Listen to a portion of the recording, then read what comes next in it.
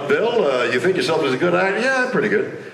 He says, I'd like to play a clip from T.J. Hooker. And I thought, what's he gonna do? How bad could I possibly be? It was a great role. It was a great show. Great show. Yeah. It went on for 5 years. I directed a lot of them. A lot of my shots were in the opening sequence. How bad? What's he gonna do?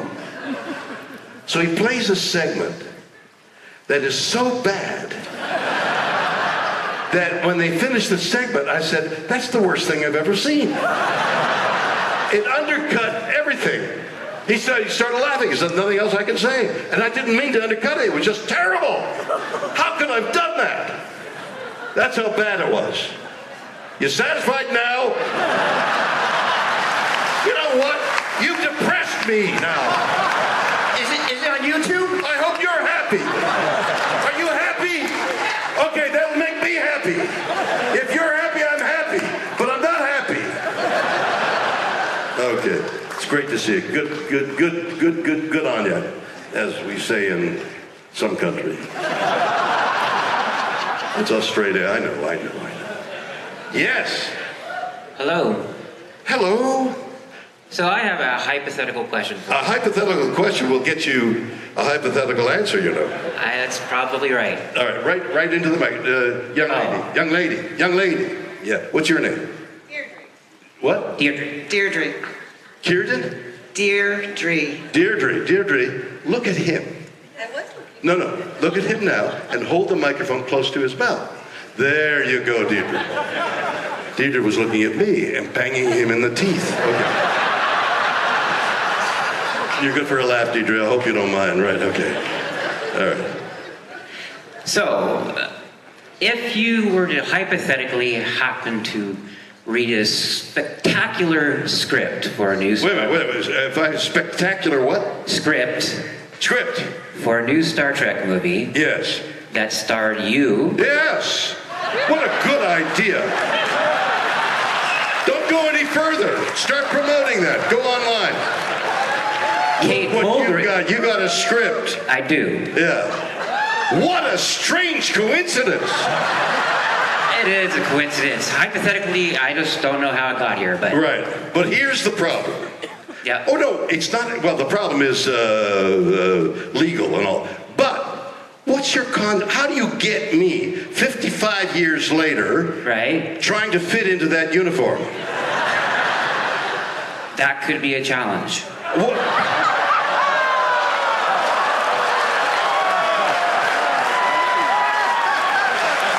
There's an unwritten law where the guy asking the question can't be funnier than the guy answering, okay? So what's just, because there are other people, give me the concept of how you put me into Star Trek. You're allowed 3 lines. Okay, you're selling me. You're literally selling me the project. Yep. I've got so many appointments. I've got so many people. Give it to me in 3 lines. What's the concept? So I don't resurrect you. You don't resurrect me? So you talked about your show, The Unexplained, and how there's so much mystery in life. And so what I do with you is That's I don't... 2 lines.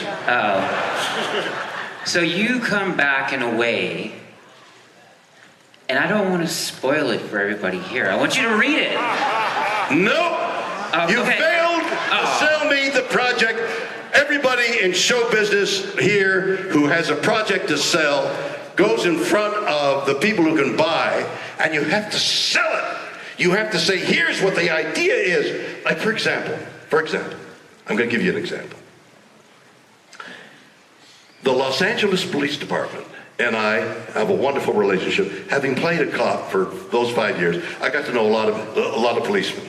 And they like me, and I admire policemen who devote themselves. You got the idea. So I had heard that there was a trove of untold stories that the police department had, and through a series of things, I was able to get a letter which gave me the unique ability to go into that treasure trove of LAPD stories.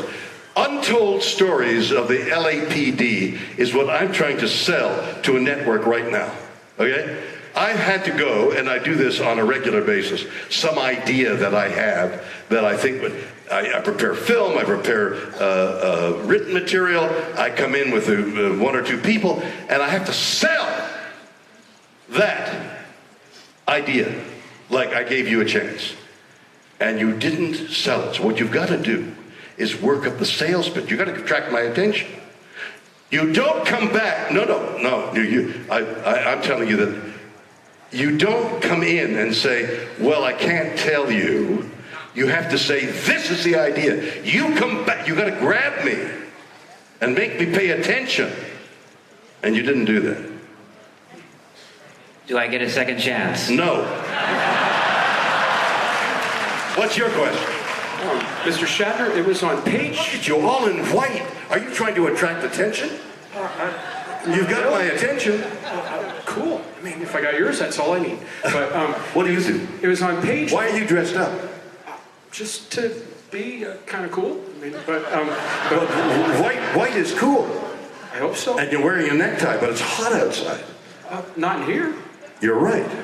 But anyway, it was on page 139 of your book, Live Long and ... Yeah, where it says the man then adjusts the accelerator. That sentence there on 139? Not quite. Okay. But by the way, it's your best book as far as, Thanks. that I've ever read. And Have you read them all? What's that? Have you read them all? Then how do you know? The best one that You like that book? It was great. Okay. And on page 139, you told us about how you once did a James T. Kirk stand-up comedy routine. I know. And, I'd never heard of it before. I mean, Well, it's purposely hidden. It was so bad. No, you talk about bad things. I forgot to tell him that the other guy what was the worst thing? That was the worst thing I've ever done. So here's the idea. Do you have a question about it? Was it during the 80s or No. the 90s? No. Was it, were you No. wearing your Star Trek No. uniform? No. None of the above. You want to hear about it? Yeah. Okay, sure. So the comedy club says, would you like to do a stand-up comedy routine? And I'm thinking, stand-up comedy is where it really is, where the great art really is. As a great stand-up comic, distilling, wherever the gentleman went, distilling the joke into a couple of lines so that he's holding your attention. He's amusing you with observations and cleverness. Stand-up comedy is the great art, okay, of communication. So I said to the guy who was heading up the comedy club, I got a great idea. Captain Kirk, it was the height of Captain Kirk thing. Well, of course, you're here to see Captain Kirk, so I mean, that still is, right? Okay. Thank you. Thank you for another. Thank you. Okay. So I said to him, wouldn't it be funny if Captain Kirk wants to be a stand-up comic and his material is really lousy? So Captain Kirk is doing Henny Youngman. I got his attention completely. You see that?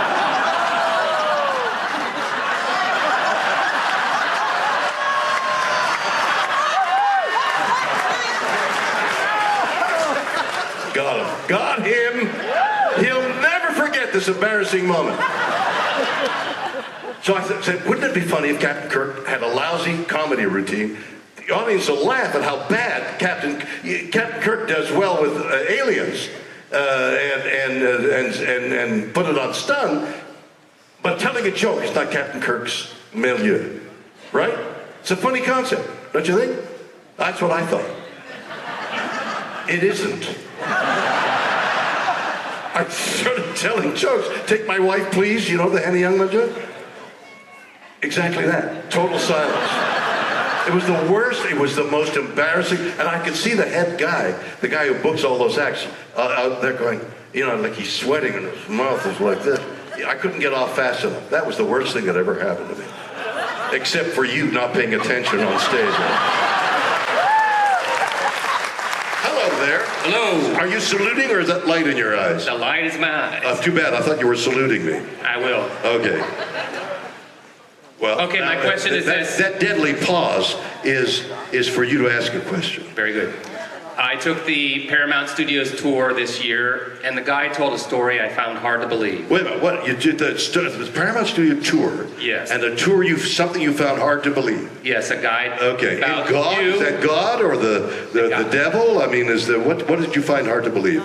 that you, story was that you saved Paramount Studios. I did, by being in Star Trek. But he was talking about how you called in and it was on fire, and that you, because of what you did, the studio was saved.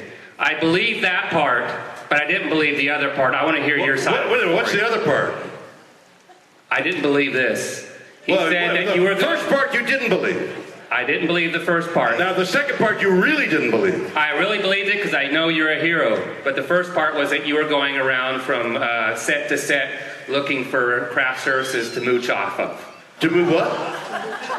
To eat other sets, food services. Of course. I said, that's not true. No, that's true. Are you kidding? It's true. Okay, Well, thank you. our budget, Your honesty. we had crackers and water at our craft service. So I'd go to other stages. They had caviar and lobster. I went for caviar and lobster. Wouldn't you? Why do you find that so hard to believe? Now I do believe it. Thank Okay. you for being honest. I wasn't honest. I was just hungry. So what he's talking about is, I think it was police show, Hooker, T.J. Hooker.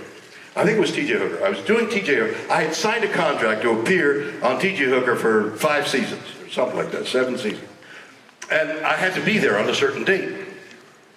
So they start making Star Trek movies, and they fit them in between the dates of when I would quit, when we'd stop filming Hooker and start. And in those days, we were doing 23, 24 shows. It took 7, 8 months of the year, 9 months of the year. And then they had to prepare the film and all. So now, that was a bell. Did anybody else hear that? Did you see the Brody fight the other night? An incredible fight.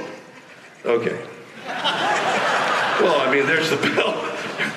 Come out fighting. Right, well, I'm here. Oh, okay.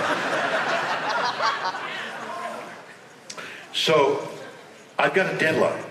Movie's supposed to end on Wednesday, and on Friday, I begin shooting TJ. I like a day or two. And if I'm late, if I'm not there, I'm in breach of contract, and they can do anything. They can do anything. I gotta be there. So now I come in one day, and I smell smoke, and I said, "Yeah, the smoke. I think the set that we're going to shoot on this morning is on fire." I said, "What?"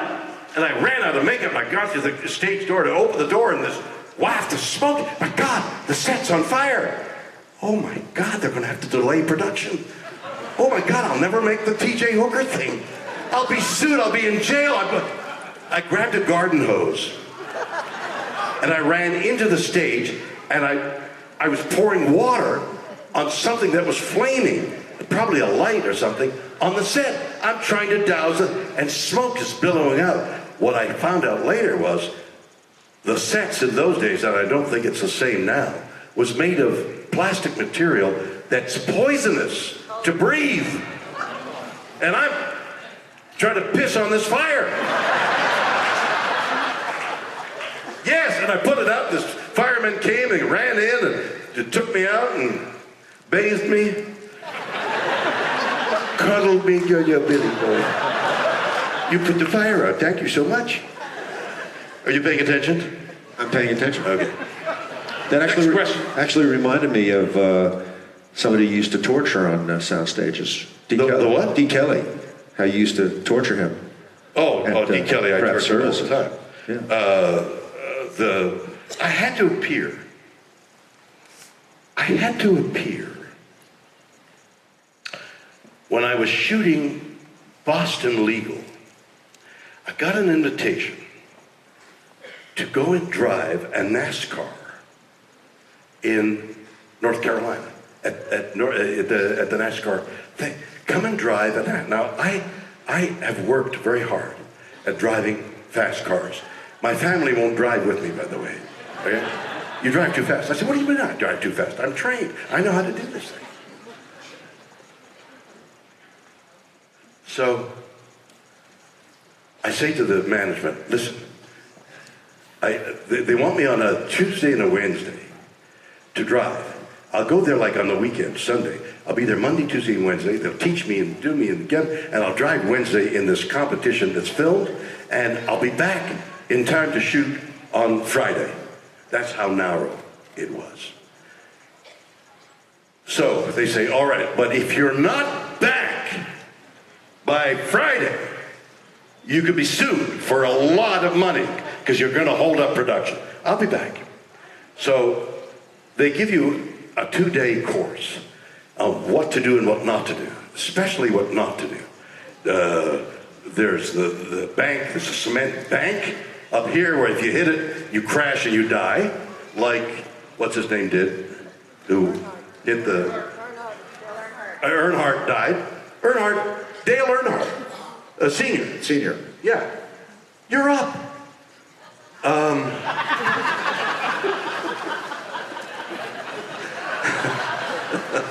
You just love it. Dale Earnhardt died hitting that wall, that very wall. I saw the place. So, all the teaching of fast cars that I had is go in slow, come out fast. And you follow the line of where you're going, you drift a little, and then you accelerate out. Slow in, fast out. Slow in, fast out. Not in a NASCAR! In a NASCAR, they've got a dam on the back, on the trunk, which, as the wind comes over the hood, suppresses the rear end. So everything you've been taught intuitively, driving a car, you're going to skid the car, you're going to move the car around, you feel, all that's gone. It sticks like glue. The faster you go, the more it sticks, but it's counterintuitive. I was vying with two other people. There were 3 of us in the car. There weren't enough cars to go around, so they had 3 people in the car. They would set the car up for each individual, and then a process of elimination, 1 person had to go. 2 people in the car. So you had to go at 190 miles an hour. 190 miles an hour around a curve was the tipping point. And I couldn't. So the 2 others were well-known athletes, and they were 6'6", and the seat was way back, and the fitting, and the steering wheel was way back. I get in the car. Now, they were 6'6", I'm 6'3". I was 6'3", okay? You shrink a little. You shrink wrap. Time shrink wraps you. You know how you can put clothes and suck the air out of something or other, and it compresses everything and it gets smaller? That's what time does to your body. It shrink wraps you. It sucks the air out to begin to get smaller. I was 6'3". Okay, so I can't reach the pedals. I can't reach the steering wheel, and I can't reach the back. And it's 1 o'clock in the morning, and the windshield is dirty. And I have to go 190 miles an hour. Where Dale Earnhardt, right over there, died. I'm going around, I approach the turn, and I slow down. First time. Second time, second shot. Yeah, I slow down. Third time, I'm going for it. I've studied judo, okay? Karate. Why do you laugh? I'm shrink wrap, that's all. So you know how they break the stones? Ah! That's releasing your ki. Ah! God! That's what it is.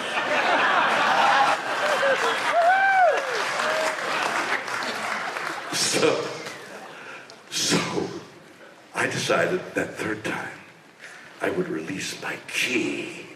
As I'm going around, I would give it my whole energy. I'm going to press on that accelerator. And as I came around the curve, now they got cameras all over, okay?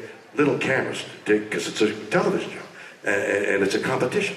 And as I enter that curve, I press the accelerator and I come around. And I go 192 miles an hour, I qualify. Except during those 2 days, they said, there's this white line down there. If you cross the white line, because you're up here, but you can't go down there. Somewhere, I crossed the white line. But I'd gone 192 miles an hour. So when I arrived at the finale, they said, great, you got applause. And then somebody came over and said, you're disqualified. Which was perfect, because they sent me home and I made it on time. How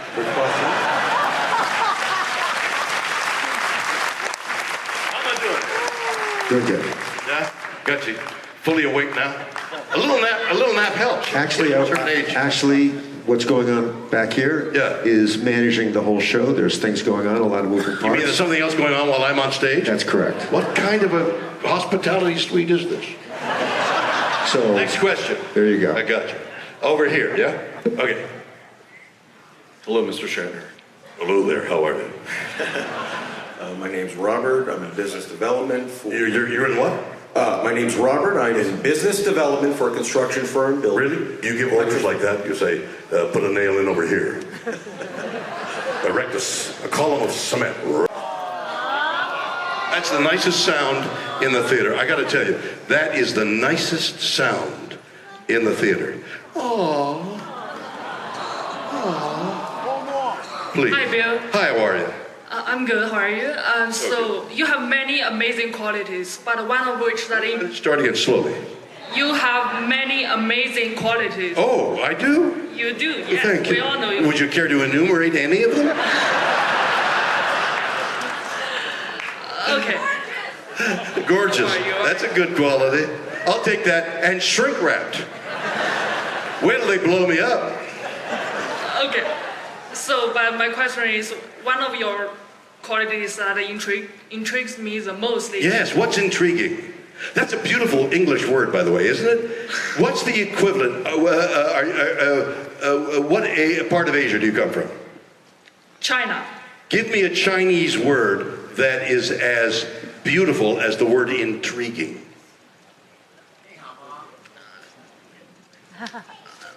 Come on. Come on. It's there. It's right there. Intriguing. 惊奇. Say it again. 惊奇. 新区? Okay. Yo is 新区? Close. That's very close. Yo is 新区. Okay. Can I ask my question?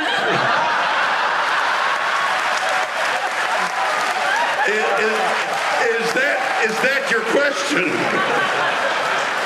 No, you may not. How's that? Okay. You use up your question. It's like the guy with the genie with the bell. Okay. What's your question, sweetie? Okay. So how can you stand social media like no one else? How can I what?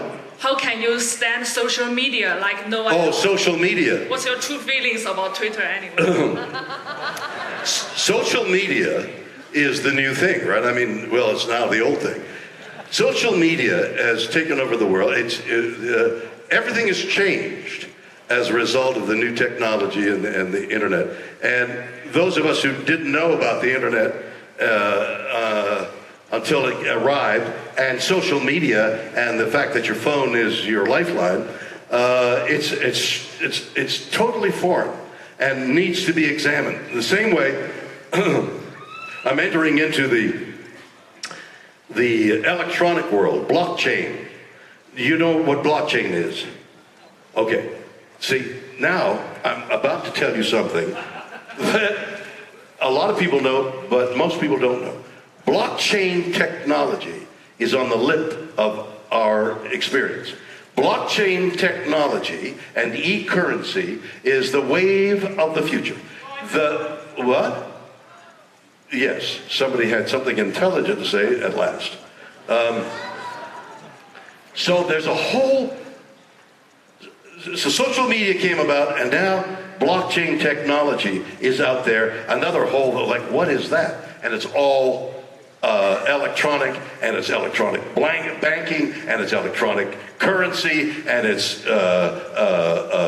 business done on the internet.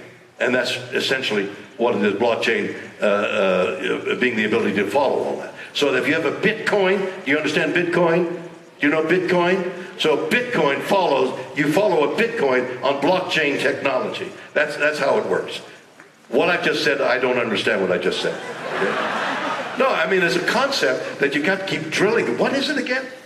So, social media is that. Netflix is where everybody's going, and the networks and the channels that we all look at, most of us look at, are going downhill.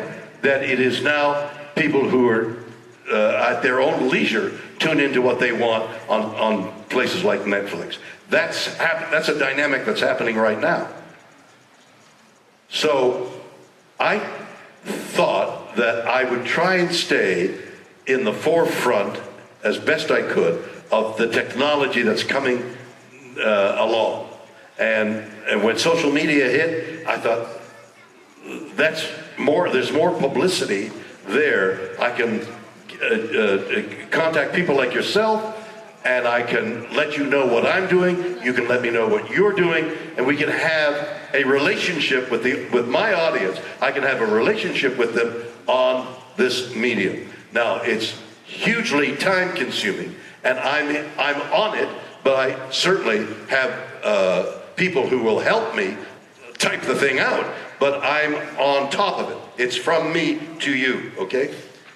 But it's already, in its ascendancy, something else is coming along that will take its place. And I'm trying to stay in front of it, because what happens when you get older than, say, 25, is you think, oh, no, the telephone was much better. You know, when you could dial on the telephone, what is this thing in your hand? Okay, this thing in your hand, but you're doing too much. But it doesn't work fast enough. Now we're going to 5G. Now we're going into technology that is atomic, that is molecular. We're going into that area. Quantum is the next form of technology. Everything we are poised on the lip of technology that will change the world the way it's been changing so rapidly in the last 50 years. We're on the lip of all these changes, but none of it makes any difference if the world destroys itself. What we need is a concerted technological program from every nation on earth to clear the air, the water, and the earth. If we don't do that, we're underwater in every sense of the word, okay? That's the message. We need every citizen of this country, of which I am a Canadian, and I'm saying, please help the world. Pay attention to the fact that the world, if you just see the news today about Siberia caving in because of the forest fire there and the permafrost melting, disaster is happening to us. You've got to get there and vote clean air, clean water, and clean whatever clean is. Ladies and gentlemen, I hate to leave you on that note, but it's a perfect note, because we do have a chance if you act now. Thank you so much for being here. Bill Shatner!